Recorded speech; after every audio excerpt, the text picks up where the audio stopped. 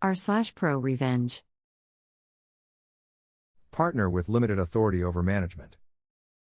Playing from workers' dugout though. I had recently partnered with a small production facility in my area. Our contract was based on capital investment along with designing/implementing new automation processes. 2 years outlook finished in 8 Mo. Was a typical small production facility comprised of 50 production workers through 2 shifts of 12 hours that ran 2 days on then 3 days off. Also had 2 production supervisors for each shift and 1 maintenance supervisor for each shift. The people and their attitude is ultimately what led to my decision to be more than an outside contractor for this company until I worked the night shift for a week due to shutdowns that needed to occur to implement certain line upgrades. This is where I met him. We will call him Richard Head. Richard seemed like a nice guy in our first few encounters, and then I heard him in his element directing his maintenance crew at night over the radio. He would belittle this group of guys who were there to do a set task list every night for whatever machinery they were doing preventative maintenance on. Unless something broke on the line, which would require attention first, obviously. I have never heard grown men spoken to like this and never heard any nasty remarks back or defending themselves. He would call them stupid on the radio if they were having trouble troubleshooting a problem, call some fat and lazy, called one black guy the knee. The guy had been there since they opened the doors and to be honest made me want to rescind any commitment I have ever made to this company. When I escalated this up to the plant manager, he assured me that it was friendly banter and they rarely had complaints against him. True, because anyone who ever did so in confidence of anonymity was always outed and then singled out until they were terminated by him. Since no one was going to listen to me, I decided to do my due diligence and started to document everything I heard on the radio with a date/time, witnesses to the treatment, and what rights the individual was having violated due to our state and federal outlines. I made this spreadsheet my entire time in the shift, documenting every personal account I witnessed as well. Harassment is a major problem with industry work, but the one that I have learned as the company killer is retaliation. If you can prove that, then they stand no chance. I saw him one night tearing down this 50-year-old man who requested 2 days off to the point I wanted to lose my cool, but knew it would ruin all the information I was gathering. Days off where his nephew was just in a car accident 2 days prior and had to have multiple reconstructive surgeries scheduled. I knew that now was the time to move on everything. I rounded up all the maintenance guys and shared all my documentation with them. They didn't realize the importance of this information like I had. They just said nothing will change. Nothing changed. No one treats an issue as an issue if you come with incorrect, non-detailed information.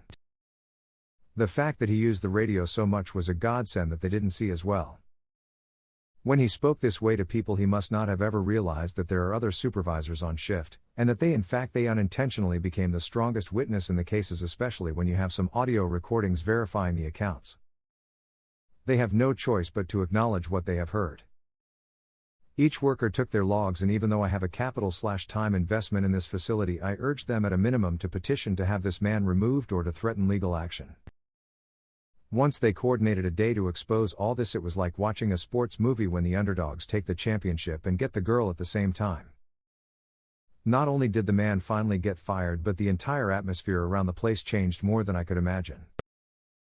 Older machines ran the best they have ever ran in my time there, and people loved coming to work again. They also put a placard on my door for when I came in about a week later. It said "Number 1 Boss," but the boss was crossed out and hand engraved under it was the word "badass." I obviously removed it from my door, but I put it in my home office and is probably the best thing I have ever received from a facility.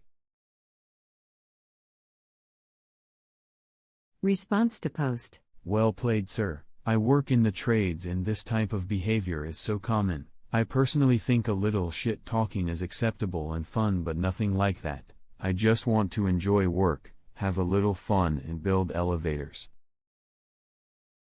Yeah, shit talking should be among same level colleagues, and never from a supervisor/manager/boss. OP's response to post. If you are to take anything away from this, it's take 30 seconds and document something. Shorthand in your phone or anything. Documentation and providing detail are essential in a harassment case in the workplace. It's the only way to consistency and to do so in a way that cannot be denied/excused. Also, power is in numbers. Stick together, as Karen as that sounds.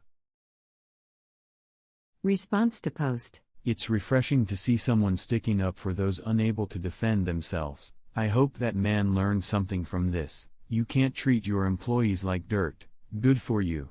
BTW, the Richard Head name brought a smile to my face. Thank you for that. Oh, peace. Response to post. This will most likely be my last comment on this thread. Thank you for all the nice words, but I hope anyone who gets a chance to better some people workplaces takes the ball if others can't/won't out of fear. A lot of people are saying that workplace banter is okay if it's mutual and so on. Everyone obviously has their own opinion of what they are willing to let people say to or about them. Just remember, when a member of management starts to make comments about you or your peers like, "Bob, you aren't working, who you kidding?" The comment is a friendly exchange, one would hope, but think a little outside of your periphery and go back to the most basic market scheme. Phrase repetition. The other managers will possibly start attaching traits like lazy or does the minimum to your work ethic. Even though it may not necessarily be true, you and the manager might have potentially ruined your chances at possible promotions in the future. I know that's a reach, but you would be surprised how the brain works sometimes. Especially if they don't know you. That's if you are looking for a move up the ladder. Some could care less what people say, and you have that right too. All that was great in the past was ridiculed, condemned, combated, suppressed, only to emerge all the more powerfully, all the more triumphantly from the struggle. Nikola Tesla, Victory Hand.